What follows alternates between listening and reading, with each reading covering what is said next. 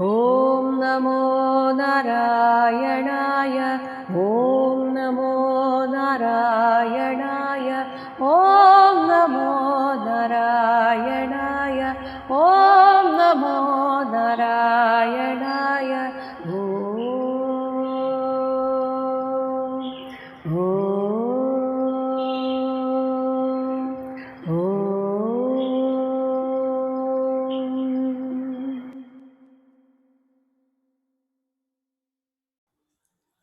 അങ്ങനെ നരസിംഹമൂർത്തി പറഞ്ഞതനുസരിച്ച് പ്രഹ്ലാദൻ രാജാവായി അഭിഷിക്തനായി. നാരദ ഉവാച. 24-ാമത്തെ ശ്ലോകം. പ്രഹ്ലാദോ അപി തഥാ ചക്രേ പിതുഃ യത് സാംപരായികം യഥാ ആഹ ഭഗവാൻ രാജൻ അഭിഷിക്തോ ദ്വിജോത്തമൈഃ. ഹേ രാജൻ, പ്രഹ്ലാദഃ അപി പ്രഹ്ലാദനാകട്ടെ യഥാ ഭഗവാൻ ആഹ യാതൊരു പ്രകാരം നൃസിംഹ ഭഗവാൻ അരുളി ചെയ്തുവോ തഥാ അതുപോലെ പിതുഃ തൻ്റെ അച്ഛൻ്റെ സാംപരായികം യത് മരണാനന്തരക്രിയ ഏതാണോ അതെല്ലാം ചക്രേ ചെയ്തു തീർത്തു. ദ്വിജോത്തമൈഃ വിശിഷ്ടരായ ബ്രാഹ്മണരാൽ അഭിഷിക്തഃ രാജ്യത്തിൽ അഭിഷേകം ചെയ്യപ്പെട്ടു. യഥാവിധി ഹിരണ്യകശിപുവിൻ്റെ മരണാനന്തരക്രിയ എല്ലാം പൂർത്തിയാക്കിയ അതിനുശേഷം പ്രഹ്ലാദന്റെ രാജ്യാഭിഷേകം വളരെ ഗംഭീരമായിട്ട് നടന്നു. 25-ാമത്തെ ശ്ലോകം. പ്രസാദ സുമുഖം ദൃഷ്ട്വാ ബ്രഹ്മാ നരഹരിം ഹരിം സ്തുത്വാ വാഗ്ഭിഃ പവിത്രാഭിഃ പ്രാഹ ദേവാധിഭിഃ വൃതഃ. ഇങ്ങനെ നരസിംഹമൂർത്തിയെ വളരെ ശാന്തനായിട്ട് കണ്ടപ്പോൾ ബ്രഹ്മാവ് അടുത്തു വന്ന് സ്തുതിക്കുകയാണ്. ദേവാദിഭിഃ വൃതഃ, ദേവാദികളാൽ പരിവൃതനായ ബ്രഹ്മദേവൻ നരഹരിം ഹരിം, നരസിംഹരൂപം ധരിച്ച ഭഗവാൻ ശ്രീഹരിയെ പ്രസാദസുമുഖം ദൃഷ്ട്വാ, പ്രസന്നവദനായിട്ട് കണ്ട്, പവിത്രാഭിഃ വാഗ്ഭിഃ, പവിത്രങ്ങളായ വചനങ്ങളാൽ സ്തുത്വ, സ്തോത്രം ചെയ്ത ശേഷം ഇപ്രകാരം പ്രാഹ പറഞ്ഞു. ബ്രഹ്മോവാച, ബ്രഹ്മാവ് പറയുകയാണ്. 26-ാമത്തെ ശ്ലോകം. ദേവദേവ അഖിലാധ്യക്ഷ ഭൂതഭാവന പൂർവജ ദിഷ്ട്യാ തേ നിഹതഃ പാപോ ലോകസന്താപനഃ അസുരഃ. ഹേ ദേവദേവനായ അഖിലാധ്യക്ഷൻ, അന്തര്യാമിയായിട്ട് എല്ലാവരുടെയും ഉള്ളിലിരിക്കുന്നവനെ, ഭൂതഭാവന ജീവരാശിയുടെ സൃഷ്ടാവേ, ലോകസന്താപനഃ ലോകങ്ങൾക്കെല്ലാം സന്താപകാരിയും, പാപഃ അസുരഃ പാപിയുമായിരുന്ന ഈ ദൈത്യൻ, തേ നിഹതഃ ദിഷ്ട്യാ ഭവാനാൽ വധിക്കപ്പെട്ടുവല്ലോ, അഹോ ഭാഗ്യം. ഇനി ഹിരണ്യകശിപു ചെയ്ത ദ്രോഹങ്ങളെ കുറിച്ച് പറയുന്നു. 27-ാമത്തെ ശ്ലോകം. യഹ അസൗ ലബ്ധവരോ മത്തോ ന വധ്യോ മമ സൃഷ്ടിഭിഃ തപോയോഗ ബല ഉന്നദ്ധഃ സമസ്ത നിഗമാൻ അഹൻ. മത്തഃ എൻ്റെ അടുക്കൽ നിന്ന് ലബ്ധവരഃ വരം ലഭിച്ചവനും, മമ സൃഷ്ടിഭിഃ എൻ്റെ സൃഷ്ടികളാൽ, ന വധ്യഃ വധിക്കപ്പെടുകയില്ല എന്ന് ഞാൻ തന്നെ കൊടുത്ത വരം. ഇതിനാൽ തപോയോഗ ബല ഉന്നദ്ധഃ തപസ്, യോഗസിദ്ധി, ദേഹബലം ഇവയാൽ ഗർവിതനുമായിരുന്ന യഹ അസൗ ഇവൻ, സമസ്ത നിഗമാൻ എല്ലാവിധം വേദോക്ത ധർമ്മങ്ങളെയും അഹൻ നശിപ്പിച്ചിരുന്നു. എന്നാൽ അവന്റെ പുത്രനായ ഈ പ്രഹ്ലാദൻ ഒരു ഭാഗവതോത്തമനാണല്ലോ എന്നത് എന്നെ സന്തോഷിപ്പിക്കുന്നു. 28-ാമത്തെ ശ്ലോകം. ദിഷ്ട്യാ അസ്യ തനയഃ സാധുഃ മഹാഭാഗവതഃ അർഭകഃ ത്വയാ വിമോചിതോ മൃത്യോഃ ദിഷ്ട്യാ ത്വാം സമിതഃ അധുനാ. ദിഷ്ട്യാ ഭാഗ്യവശാൽ, അസ്യ ഈ ഹിരണ്യകശിപുവിൻ്റെ തനയഃ പുത്രൻ, സാധുഃ സദ്വൃത്തനും, മഹാഭാഗവതഃ അർഭകഃ വലിയ ഭാഗവതോത്തമനുമായ ഈ ബാലൻ, ത്വയാ മൃത്യോഃ വിമോചിതഃ അങ്ങയാൽ മരണത്തിൽ നിന്ന് മോചിപ്പിക്കപ്പെട്ടുവല്ലോ, അധുന ഇപ്പോൾ ത്വാം സമിതഃ അങ്ങയെ ശരണം പ്രാപിച്ചിരിക്കുന്നു, ഇവൻ അങ്ങയെ ശരണം പ്രാപിച്ചിരിക്കുന്നു എന്നതും ദിഷ്ട്യാ സൗഭാഗ്യകരം തന്നെ. 29-ാമത്തെ ശ്ലോകം. ഏതത് വപുഃ തേ ഭഗവൻ ധ്യായതഃ പ്രയതാത്മനഃ സർവതോ ഗോപ്തൃ സന്ത്രാസാത് മൃത്യോഃ അപി ജിഘാംസതഃ. ഹേ ഭഗവൻ, തേ ഏതത് വപുഃ അങ്ങയുടെ ഈ നരസിംഹരൂപം പ്രയതാത്മനഃ ധ്യായതഃ ഏകാഗ്രചിത്തനായി ധ്യാനിക്കുന്നവന് സർവതഃ സന്ത്രാസാത് എല്ലാ തരത്തിലുള്ള മഹാഭയത്തിൽ നിന്നും ജിഘാംസതഃ മൃത്യോഃ അപി കൊല്ലാനൊരുങ്ങി വരുന്ന മൃത്യുദേവതയിൽ നിന്ന് പോലും ഗോപ്തൃ രക്ഷയേകുന്നതാണ്. അങ്ങയുടെ ഈ നരസിംഹരൂപം പ്രത്യേകമായിട്ട് എല്ലാ ഭയത്തിൽ നിന്നും മുക്തിയെ തരുന്നതാണ്. അപ്പോൾ നരസിംഹമൂർത്തി ബ്രഹ്മാവിനൊരു മുന്നറിയിപ്പ് കൊടുക്കുകയാണ്. ഇനി മേലാൽ ഒരാൾക്കും ഇത്തരം അനുഗ്രഹങ്ങളൊന്നും കൊടുത്തു പോകരുത്. അതാണ് നൃസിംഹ ഉവാച. 30-ാമത്തെ ശ്ലോകം. മാ ഏവം വരഹ അസുരാണാം തേ പ്രദേയഃ പദ്മസംഭവ വരഹ ക്രൂരനിസർഗാണാം അഹീനാം അമൃതം യഥാ. ഹേ പത്മസംഭവ, ബ്രഹ്മാവേ, അസുരാണാം ഏവം വരഹ അസുരന്മാർക്ക് അങ്ങീ കൊടുത്ത പോലെയുള്ള വരം മാ പ്രദേയഃ ഇനി മേലാൽ കൊടുക്കപ്പെടരുത്. കാരണം ക്രൂരനിസർഗാണാം സ്വാഭാവികമായി തന്നെ ക്രൂരതയുള്ളവരാണ് ഇവരൊക്കെ. ഇങ്ങനെയുള്ളവർക്ക് വീണ്ടും വരവും കൂടെ കൊടുത്താൽ വരഹ അങ്ങനെ കിട്ടുന്ന വരം, അവർക്ക് കൊടുക്കുന്ന വരം അഹിനാം അമൃതം യഥാ പാമ്പുകൾക്ക് പാല് കൊടുക്കുന്നത് പോലെയാണ്. അതുകൊണ്ട് അങ്ങനെ ശ്രദ്ധിച്ചേ വരമൊക്കെ കൊടുക്കാവൂ. ഇങ്ങനെ പറഞ്ഞ് നരസിംഹമൂർത്തി തൻ്റെ ആ ഭാവാവേശത്തെ അങ്ങ് അപ്രത്യക്ഷമാക്കുകയാണ്. നാരദ ഉവാച. 31-ാമത്തെ ശ്ലോകം. ഇത്യുക്ത്വാ ഭഗവാൻ രാജൻ തത്രയേവ അന്തർദധേ ഹരിഃ അദൃശ്യഃ സർവഭൂതാനാം പൂജിതഃ പരമേഷ്ഠിന. ഹേ രാജൻ, ഭഗവാൻ ഹരിഃ ഭഗവാൻ ശ്രീഹരി ഇതി ഉക്ത്വാ ഇപ്രകാരം അരുളി ചെയ്ത് പരമേഷ്ഠിന പൂജിതഃ ബ്രഹ്മാവിനാൽ പൂജിതനായിട്ട് സർവഭൂതാനാം അദൃശ്യഃ എല്ലാവർക്കും അദൃശ്യനായി ഭവിച്ച് തത്രയേവ അന്തർദധേ അവിടെ തന്നെ തിരോധാനം ചെയ്തു. 32-ാമത്തെ ശ്ലോകം.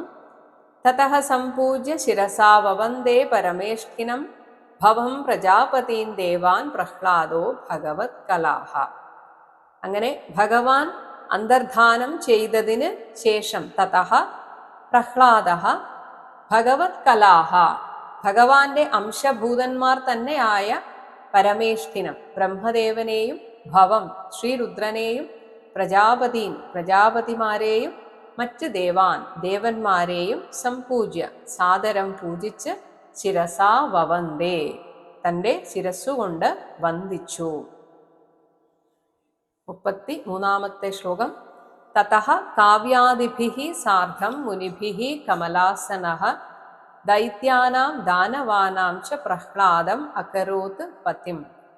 തതഃ അനന്തരം കമലാസനഃ ബ്രഹ്മാവ് കാവ്യാദിഭിഃ ശുക്രാചാര്യർ മുതലായ മുനിഭിഃ മുനിമാരോട് സാർദ്ധം കൂടിച്ചെന്ന് പ്രഹ്ലാദനെ ദൈത്യാനാം ദാനവാനാം ച പതിം ദിതിവംശജരും ധനുവംശജരുമായ അസുരന്മാരുടെ അധിപനാക്കി അകരോത് വാഴിച്ചു.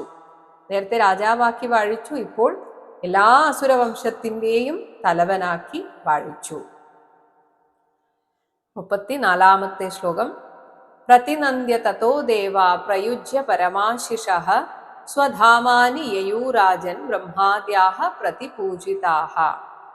ഹേ രാജൻ, തതഃ അതിനുശേഷം ബ്രഹ്മാദ്യാഃ ദേവാഃ ബ്രഹ്മാദികളായ ദേവന്മാർ പ്രതിനന്ദ്യ പ്രഹ്ലാദനെ അഭിനന്ദിച്ച് പരമാശിഷഃ ശുഭ ആശീർവാദങ്ങൾ പ്രയുജ്യ നൽകിയത് ശേഷം പ്രതിപൂജിതാഃ പ്രത്യേകം സത്കൃതരായിട്ട് സ്വധാമാനി അവരവരുടെ ലോകങ്ങളിലേക്ക് യയുഹു യാത്രയായി.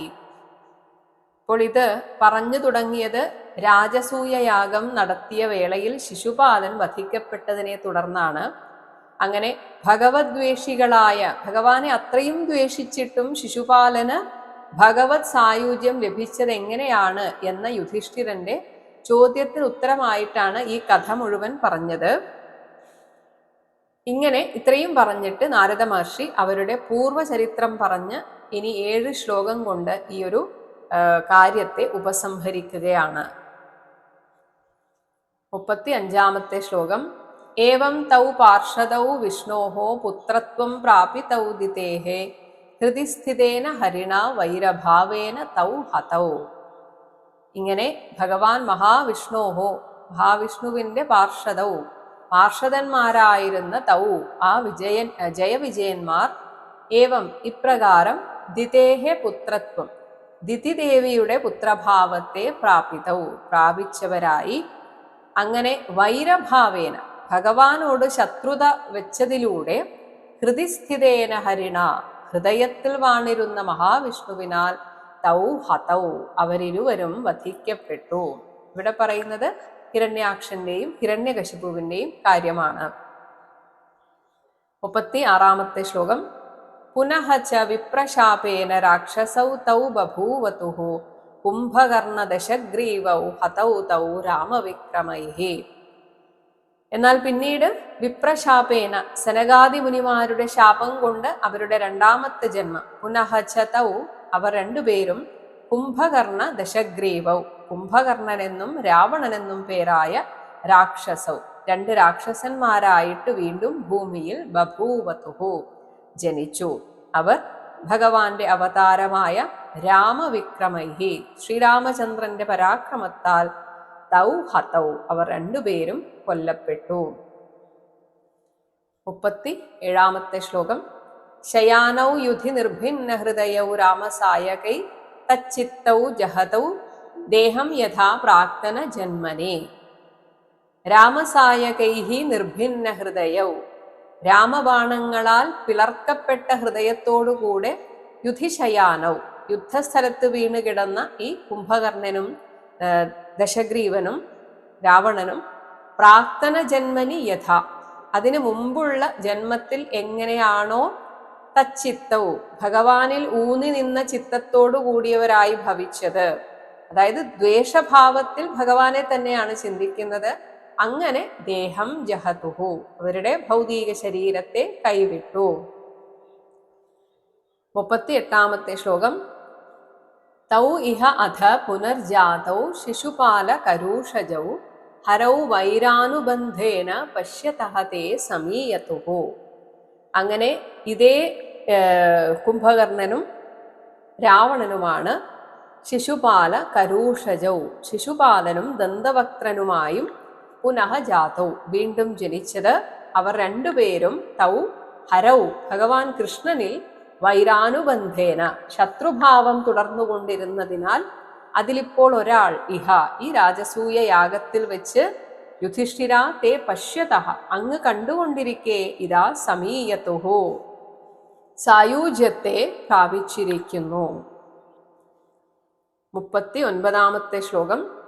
യേനഃ പൂർവകൃതം യത്തത് രാജാനഃ കൃഷ്ണവൈരിണഃ ജഹ്രുഹു തു അന്തേ തദാത്മാനഃ കീടഃ വേഷകൃതോ യഥാ. കൃഷ്ണവൈരിണഃ, ഇങ്ങനെ ശ്രീകൃഷ്ണനിൽ വിദ്വേഷമുള്ളവരായ രാജാനഃ, രാജാക്കന്മാർ, അതായത് ഇവിടെ ദന്തവക്ത്രൻ കൊല്ലപ്പെട്ടതായിട്ട് ഇതുവരെ പറഞ്ഞിട്ടില്ല, ഇനി കൊല്ലാൻ പോകുന്നതേ ഉള്ളൂ, അത് അറിയില്ല, ആ സമയത്ത് അത് പറയുന്നില്ല. എന്തായാലും ഈ രണ്ടുപേരും കൊല്ലപ്പെട്ട രീതിയിലാണ് ഇപ്പോൾ പറയുന്നത്. പൂർവകൃതം, ഇവർ രണ്ടുപേരും മുമ്പ് ചെയ്യപ്പെട്ട യേനഹ യത്, പാപം ഏതൊന്നാണോ, തത്, അതൊക്കെയും, ജഹ്രുഹു, പരിഹരിച്ചു. അന്തേതു, ഒടുവിൽ, പേശകൃതഃ കീടഃ യഥാ, വേട്ടാളന്റെ കൂട്ടിൽപ്പെട്ട പുഴു പോലെ, തദാത്മാനഃ, തത് സാരൂപ്യം സിദ്ധിച്ചവരായി. വേട്ടാളൻ ഒരു പുഴുവിനെ കൊണ്ടുപോയി ഒരു പൊത്തിൽ, ചെറിയ പൊത്തിൽ വെക്കും. എന്നിട്ട് വേട്ടാളൻ എപ്പോഴും ആ പുഴുവിനെ നോക്കിക്കൊണ്ടിരിക്കും. ആ പുഴു വേട്ടാളനെ കണ്ട് അവസാനം വേട്ടാളനെ പോലെ ആയി മാറും. ഇതേപോലെ ഈ ശിശുപാലാദി രാജാക്കന്മാർ ഭഗവാനോടുള്ള ആ ഒരു ദേഷ്യം മനസ്സിൽ വെച്ച് ഭഗവാനെ തന്നെ നനച്ച് ഭഗവാന്റെ സാരൂപ്യത്തെ നേടി എന്ന് പറയുന്നു. ഭഗവാനിൽ ഭക്തി കൊണ്ടെന്നതുപോലെ ശത്രുതയാലുള്ള ഭഗവത് ധ്യാനം കൊണ്ടും ഭഗവാനിൽ ലയിക്കാം എന്ന് പറയുകയാണ് 40-ാമത്തെ ശ്ലോകം. യഥാ യഥാ ഭഗവതോ ഭക്ത്യാ പരമയാ അഭിധാ നൃപാഃ ചൈദ്യാദയഃ സാത്മ്യം ഹരേഃ തച്ചിന്തയാ യയുഃ. യഥാ എങ്ങനെയെന്നാൽ അഭിധാ പരമയാ ഭേദഭാവമില്ലാത്ത അത്യുത്തമമായ ഭഗവതഃ ഭക്ത്യാ ഭഗവത് സംബന്ധിയായ ഭക്തി കൊണ്ട് യഥാ എങ്ങനെയാണോ ഭഗവാന്റെ സാരൂപ്യത്തെ പ്രാപിക്കാൻ സാധിക്കുക, അതുപോലെ ചൈദ്യാദയഃ ശിശുപാലാദികളായ നൃപാഃ രാജാക്കന്മാർ തച്ചിന്തയ ശത്രുതയാലുണ്ടായ ഭഗവത് ധ്യാനം കൊണ്ട് ഹരേഹേ സാത്മ്യം യയുഃ ഭഗവാന്റെ സാരൂപ്യത്തെ പ്രാപിച്ചതാകുന്നു. ഇങ്ങനെ നാരദ മഹർഷി യുധിഷ്ഠിരനോട് പറയുകയാണ്. 41-ാമത്തെ ശ്ലോകം. ആഖ്യാതം സർവമേതത്തേ യന്മാം ത്വം പരിപൃഷ്ടവാൻ ദമഘോഷസുതാദീനാം ഹരേഹേ സാത്മ്യം അപി ദ്വിഷാമപി ശത്രുക്കളായിട്ടുപോലും ദമഘോഷസുതാദീനാം ദമഘോഷപുത്രനായ ശിശുപാലനും മറ്റും ഹരേഹേ സാത്മ്യം ഭഗവാൻ കൃഷ്ണന്റെ സാരൂപ്യം ലഭിച്ചതിനെ കുറിച്ച് ത്വം മാം പരിപൃഷ്ടവാൻ അങ്ങ് എന്നോട് ചോദിച്ചുവല്ലോ. യത് സർവം യാതൊന്നു മുഴുവനും ഏതത് തേ ആഖ്യാതം ഇതാ ഇങ്ങനെ അങ്ങേക്കു വേണ്ടി ആഖ്യാനം ചെയ്യപ്പെട്ടു. 42-ാമത്തെ ശ്ലോകം. യേഷാ ബ്രഹ്മണ്യദേവസ്യ കൃഷ്ണസ്യ ച മഹാത്മനഃ അവതാരകഥാ പുണ്യാ വധോ യത്ര ആദിദൈത്യയോഃ. ബ്രഹ്മണ്യദേവസ്യ ബ്രാഹ്മണ സംരക്ഷ ചെയ്യുന്ന ദേവനും മഹാത്മനഃ മഹാമനസ്കനും ആയിട്ടുള്ള കൃഷ്ണസ്യ ഭഗവാൻ കൃഷ്ണന്റെ പുണ്യ അവതാര കഥായേഷ പരമപവിത്രമായ നരസിംഹാവതാര കഥയാണ് ഇത്. യത്ര ഈ ഒരു കഥയിൽ ആദിദൈത്യയോഹോ ആദ്യത്തെ ദൈത്യന്മാരായ ഹിരണ്യാക്ഷന്റെയും ഹിരണ്യകശിപുവിന്റെയും വധഃ ച സംഹാര വൃത്താന്തവും അടങ്ങിയിരിക്കുന്നു. ഇനി അടുത്ത 3 ശ്ലോകങ്ങൾ ഒരുമിച്ച് പറയുന്നു. 43. പ്രഹ്ലാദസ്യ അനുചരിതം മഹാഭാഗവതസ്യ ച ഭക്തിഃ ജ്ഞാനം വിരക്തിശ്ച യാഥാത്മ്യം ച അസ്യ വൈ ഹരേഃ. 44. സർഗസ്ഥിതി അപ്യയ ഈശസ്യ ഗുണകർമാനുവർണ്ണനം പര അവരേഷാം സ്ഥാനാനാം കാലേന വ്യത്യയോ മഹാൻ. 45. ധർമ്മോ ഭാഗവതാനാം ച ഭഗവാൻ യേന ഗമ്യത്തെ ആഖ്യാനേ അസ്മിൻ സമാംനാദം ആധ്യാത്മികം അശേഷതഃ. മഹാഭാഗവതസ്യ പ്രഹ്ലാദസ്യ അനുചരിതം ഭഗവത് ഭക്തനായ പ്രഹ്ലാദന്റെ പിന്നീട് നടന്ന ജീവിത ചരിത്രവും ഭക്തിജ്ഞാന വിരക്തിച്ച ഭക്തിജ്ഞാനം വൈരാഗ്യം എന്നിവയും അസ്യ വൈ ഈ പ്രഹ്ലാദന്റെ വാക്കുകളിലൂടെ തന്നെ സർഗസ്ഥിതി അപ്യയ ഈശസ്യ സൃഷ്ടിസ്ഥിതി സംഹാരകർത്താവായ ഹരേഹ യാഥാത്മ്യം ഭഗവാൻ ശ്രീഹരിയുടെ യാഥാർത്ഥ്യവും ഗുണകർമാനുവർണ്ണനം ഗുണകർമ്മങ്ങളുടെ വർണ്ണനവും പര അവരേഷാം സാത്വികന്മാരായ ദേവന്മാരുടെയും താമസന്മാരായ അസുരന്മാരുടെയും സ്ഥാനാനാം പദവികൾക്ക് കാലേന കാലഗതിയാൽ ഉണ്ടാകുന്ന മഹാൻ വ്യത്യയ ച വമ്പിച്ച മലക്കം മറിച്ചിലുകൾ. ആദ്യം അസുരൻ ജയിച്ചാലും പിന്നീട് ദേവന്മാർ തന്നെ ജയിക്കുന്നതാണ്.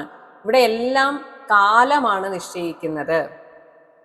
ഇതിനെക്കുറിച്ചും നമുക്ക് ഈ കഥയിലൂടെ മനസ്സിലാക്കാം എന്നാണ് പറഞ്ഞു വരുന്നത്. അതിൻ്റെ കൂടെ യേന ഭഗവാൻ പ്രാപ്യതേ യാതൊരു ഭക്തി യോഗത്തിലൂടെയാണോ സർവേശ്വരൻ നമുക്ക് പ്രാപ്യനാകുന്നത് അതിനുതകുന്ന ഭാഗവതാനാം ധർമ്മഃ ച ഭക്തിയോഗ പ്രയോക്താക്കളുടെ ആചരണമുറയും മറ്റുമായുള്ള ആധ്യാത്മികം അധ്യാത്മതത്വം അശേഷതഃ മുഴുവനും അസ്മിൻ ആഖ്യാനെ ഈ പ്രഹ്ലാദ ചരിതത്തിൽ സമാംനാദം വഴി പോലെ പറയപ്പെട്ടിട്ടുണ്ട് എന്ന് ഇതൊക്കെ നാരദ മഹർഷി യുധിഷ്ഠിരനോട് പറയുന്നതാണ്. 46 ശ്ലോകം. യേതത് പുണ്യമാഖ്യാനം വിഷ്ണോഹോ വീര ഉപബൃംഹിതം കീർത്തയേത് ശ്രദ്ധയാ ശ്രുത്വാ കർമ്മപാശൈഹി വിമുച്യത്തെ. വിഷ്ണോഹോ വീര ഉപബൃംഹിതം, മഹാവിഷ്ണുവിൻ്റെ വീരകൃത്യങ്ങളുടെ വർണ്ണനകളാൽ വിസ്തൃതവും പുണ്യം പാവനവുമായ ഏതദാഖ്യാനം, ഈ പ്രഹ്ലാദചരിത കഥയെ ശ്രദ്ധയാ ശ്രുത്വ, ശ്രദ്ധയോടെ ശ്രവിച്ച്, യഹ കീർത്തയേത്, യാതൊരുവൻ കീർത്തിക്കുന്നുവോ അവൻ കർമ്മപാശൈഹി വിമുച്യത്തെ, കർമ്മപാശങ്ങളാൽ മോചിക്കപ്പെടുന്നു. 47 ശ്ലോകം. ഏതത് യേ ആദിപുരുഷസ്യ മൃഗേന്ദ്രലീലാം ദൈത്യേന്ദ്രയൂഥപവധം പ്രയതഃ പഠേത ദൈത്യാത്മജസ്യ ച സതാം പ്രവരസ്യ പുണ്യം ശ്രുത്വാ അനുഭാവം അകുതോ ഭയം ഏതി ലോകം. ആദിപുരുഷസ്യ, പരമപുരുഷനായ ഭഗവാൻ ശ്രീഹരിയുടെ മൃഗേന്ദ്രലീലാം, നരസിംഹ അവതാരത്തിലൂടെ നിർവഹിച്ച ആ ലീലയെയും ദൈത്യേന്ദ്ര യൂഥപവധം, യൂഥപൻ എന്നാൽ തലവൻ, അസുരാധിപനായ ഹിരണ്യകശിപുവിൻ്റെയും അവന്റെ സംഘത്തലവന്മാരുടെയും ആ സംഹാരത്തെയും സതാം, സത്തുക്കളുടെ ഇടയിൽ പ്രവരസ്യ, അഗ്രഗണ്യനായുള്ള ദൈത്യാത്മജസ്യ, ദൈത്യപുത്രനായ പ്രഹ്ലാദന്റെ പുണ്യം അനുഭാവം ച, പരിപാവനമായ മഹാത്മ്യത്തെയും യഹ, യാതൊരുവൻ പ്രയതഃ ശ്രുത്വ, ഏകാഗ്രചിത്തനായി ശ്രവിച്ച ശേഷം പഠേത, പിന്നീട് പാരായണം ചെയ്യുന്നുവോ അവൻ അകുതോ ഭയം ലോകം ഏതി, ഒരു ഭീതിക്കും അവകാശമില്ലാത്ത ആ വൈകുണ്ഠലോകത്തിലേക്ക് എത്തിച്ചേരുന്നു. അപ്പോൾ ഇവിടെ ഒരുപക്ഷെ യുധിഷ്ഠിരന് തോന്നിയേക്കാം പ്രഹ്ലാദനൊക്കെ എന്ത് ഭാഗ്യവാനാണ് എന്ന്.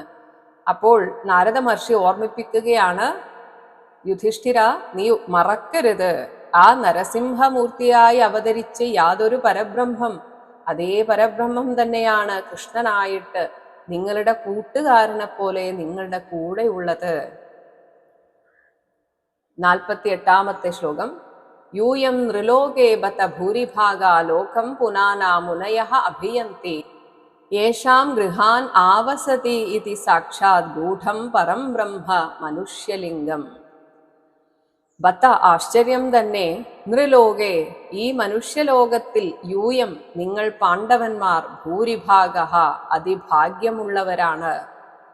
കാരണം സാക്ഷാത് പരംബ്രഹ്മ, ആ സാക്ഷാത്തായ പരബ്രഹ്മം തന്നെ മനുഷ്യലിംഗം, ഒരു മനുഷ്യൻ എന്നതുപോലെ ഗൂഢം, എന്നാൽ നിഗൂഢമായിട്ട് തൻ്റെ തത്വമൊന്നും പുറത്തു കാണിക്കാതെ, യേഷാം, നിങ്ങളുടെ ഗൃഹാനാവസതി, നിങ്ങളുടെ ഗൃഹത്തിൽ വസിക്കുന്നുവല്ലോ, ഇതി, എന്ന കാരണത്താൽ, ലോകം, ലോകത്തെ പുനാനാം, പവിത്രീകരിക്കുന്ന ഈ ഞാൻ അടക്കമുള്ള, നാരദ മഹർഷി പറയുകയാണ്, ഞങ്ങളൊക്കെ എന്തിനാണ് നിങ്ങളുടെ ഗൃഹത്തിലേക്ക് ഇങ്ങനെ വരുന്നത് എന്നാണെങ്കിൽ അത് നിങ്ങളെ കാണാനല്ല, ആ ഭഗവാനെ കാണാനാണ്.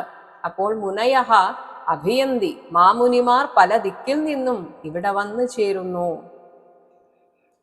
അപ്പോൾ യുധിഷ്ഠിരനോട് പറയുകയാണ്, ഒരിക്കലും നിങ്ങളുടെ കൂട്ടുകാരനെ പോലെ അല്ലെങ്കിൽ അടുത്ത ബന്ധുവായിട്ടിരിക്കുന്നത് കൊണ്ട് ആ മഹത്വം മനസ്സിലാവാതെ പോകരുത്. 49 ശ്ലോകം. സവാ അയം ബ്രഹ്മ മഹദ് വിമൃഗ്യ കൈവല്യ നിർവാണ സുഖാനുഭൂതി പ്രിയ സുഹൃത് വഹ ഖലു മാതുലേയ ആത്മാർഹണീയോ വിധികൃത് ഗുരുഹുച.